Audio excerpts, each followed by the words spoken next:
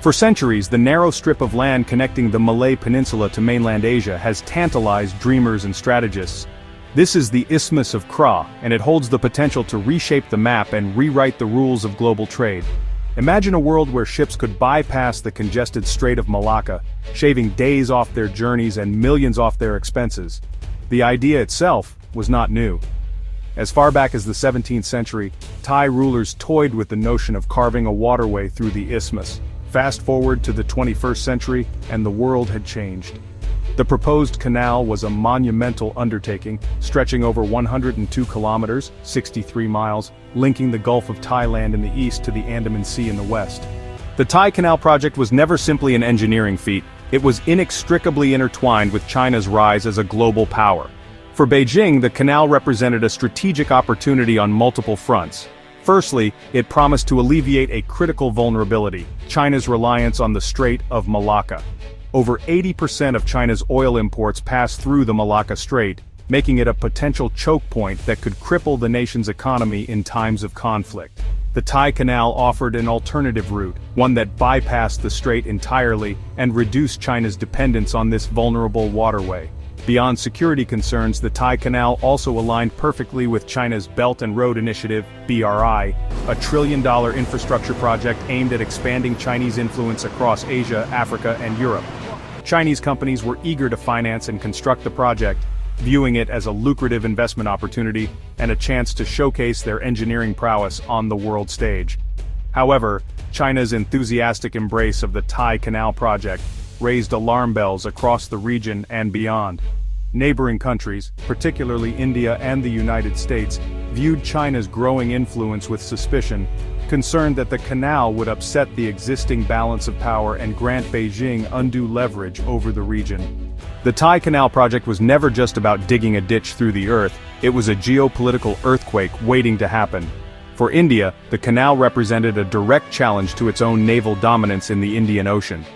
The Andaman and Nicobar Islands, strategically positioned near the canal's western entrance, are crucial to India's maritime security. The canal's construction, some Indian strategists feared, would turn the Andaman Sea into a Chinese lake, allowing the People's Liberation Army Navy, PLAN, to easily project power into India's backyard. The United States, already wary of China's growing assertiveness in the South China Sea, viewed the Thai Canal project with deep suspicion. Washington feared that the canal would give China a strategic bypass of the Malacca Strait, undermining the U.S. Navy's ability to control this crucial choke point. Even within Southeast Asia, the canal sparked concerns. Singapore, a global shipping hub that relies heavily on traffic through the Malacca Strait, stood to lose billions of dollars in revenue if the Thai Canal became operational. While the geopolitical implications of the Thai Canal loomed large, the project's potential impact on the environment and local communities was equally profound. The canal's construction would have carved a massive scar across the Isthmus of Kra, a region of stunning natural beauty and rich biodiversity. Environmentalists warned of a cascade of ecological disasters. The canal's dredging and excavation would destroy vast swaths of mangrove forests and coral reefs, critical habitats for countless marine species. Moreover, the canal's construction threatened the livelihoods and cultural heritage of communities living in its path. Tens of thousands of people, many of them indigenous fishing communities, faced displacement from their ancestral lands. The Thai government, acutely aware of the potential environmental and social costs, commissioned numerous impact assessments. Yet, critics argued that the assessments were often incomplete or downplayed the long-term consequences of such a massive infrastructure project. Beyond the geopolitical maneuvering and environmental concerns, the Thai Canal project ultimately hinged on one fundamental question: would it be economically viable? Proponents argued that the canal's shortcut would revolutionize global shipping, saving billions of dollars in fuel costs and transit times. Ships traveling between the Indian and Pacific Oceans could shave off as much as 1,200 kilometers, or 745 miles, by using the Thai Canal instead of navigating the Strait of Malacca. This translated to shorter voyages, reduced fuel consumption, and lower operating costs for shipping companies. However, critics questioned these rosy projections, pointing to a number of factors that could undermine the canal's economic viability. The canal's construction costs, initially estimated at $28 billion, were likely to escalate, potentially saddling Thailand with a massive debt burden. Shipping companies, however, were wary of committing to a new route, especially one that would require them to pay hefty tolls. The canal's profitability also depended on the uncertain future of global trade patterns, oil prices, and geopolitical stability, making it a risky investment at best. The construction of the Thai Canal would have sent shockwaves through the global shipping industry, redrawing trade routes and reshaping the fortunes of nations and corporations alike. Some stood to gain immensely from the canal's shortcut, while others faced the prospect of significant losses. The most obvious winners were the countries and companies involved in the canal's construction and operation. Thailand, as the host nation, stood to reap significant economic benefits from transit fees, infrastructure development, and job creation. Chinese construction companies, with their vast experience in mega projects, were eager to secure lucrative contracts and cement their dominance in the global infrastructure market. However, the canal's completion would have come at the expense of other regional players, most notably Singapore.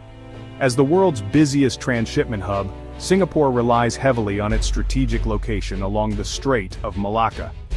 The Thai Canal threatened to divert a significant portion of this traffic, potentially costing Singapore billions of dollars in revenue and undermining its status as a global shipping hub.